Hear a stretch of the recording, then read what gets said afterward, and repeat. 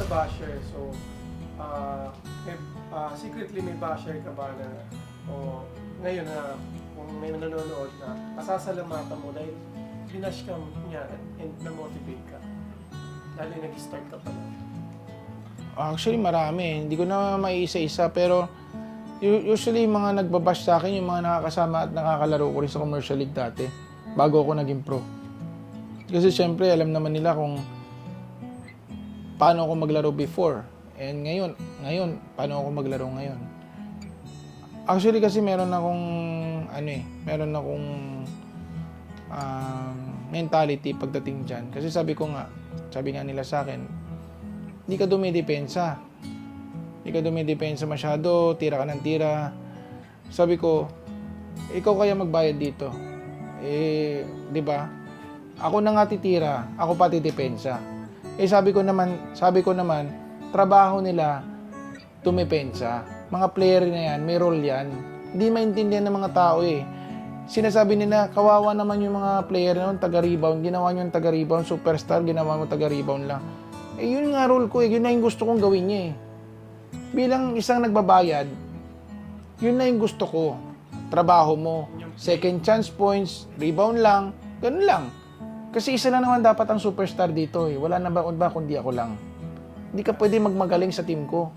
Kung nagmamagaling ka, tatanggalin kita. Ganun lang sa akin. Sa mga laging sinasabi na bakit di ka dumidepensa, bakit hindi ka rebound. So yun ang sagot ko sa kanila. Oo kasi syempre, kumbaga, sino bang di ba? Sino ba gumagastos, di ba? At the same time, syempre, gusto ko rin mag-enjoy.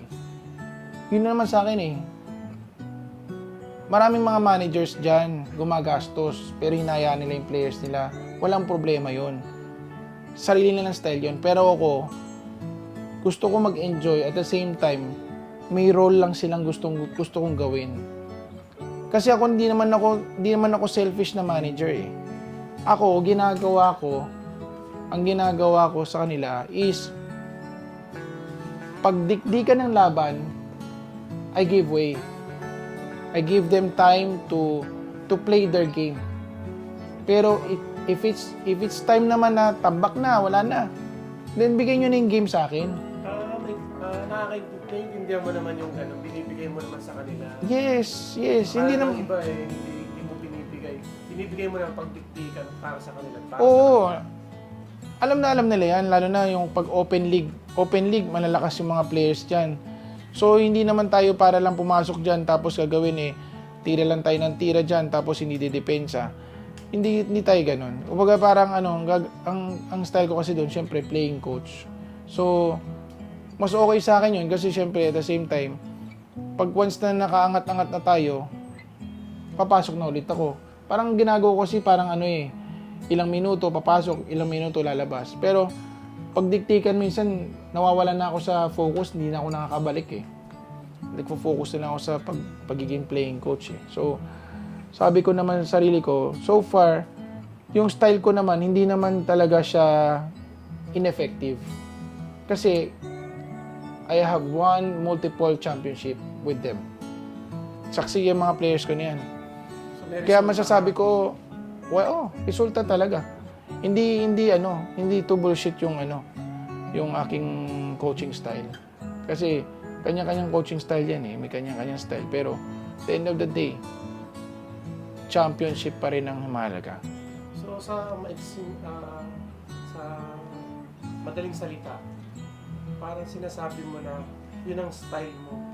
Pag sa akin tong game na to, yung walang dapat umano. Kasi kung sa kanila naman, binibigay mo naman. Kasi ganito yan eh. Ganito lang yan. So far, madalas kasi starting 5 ako eh. So pag once na nakakuha ko yung rhythm ko, starting the game, first quarter, second quarter, nakuha ko yung rhythm ko, expect hanggang dulo, nandun ako.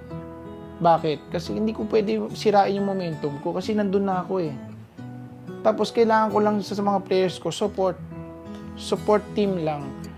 Support niya lang niya ako, magsipag lang sila sa depensa, sipagan lang nila sa rebound, second chance points, pag may chance na mag-score sila, i-score sila. Yun na naman eh. Kumbaga parang ako naman, since mainit na ako nung time na yun, nakaka-score na ako, mobile na ako eh. Kumbaga parang yung mobility ko mabilis na.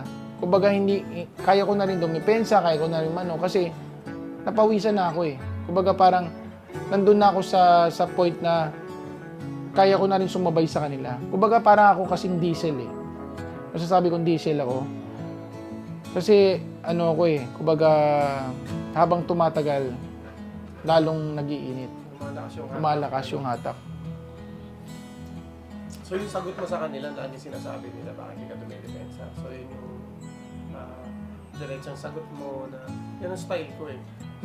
Style ko talaga yon. Pero kaya ko rin naman dumipensa, pero I let the defense go to them eh. Sila na lang yung sila na nang dumipensa. Kasi role ko naman is more on sa offense talaga eh. Tama, kung sa kanila, sa'yo. So,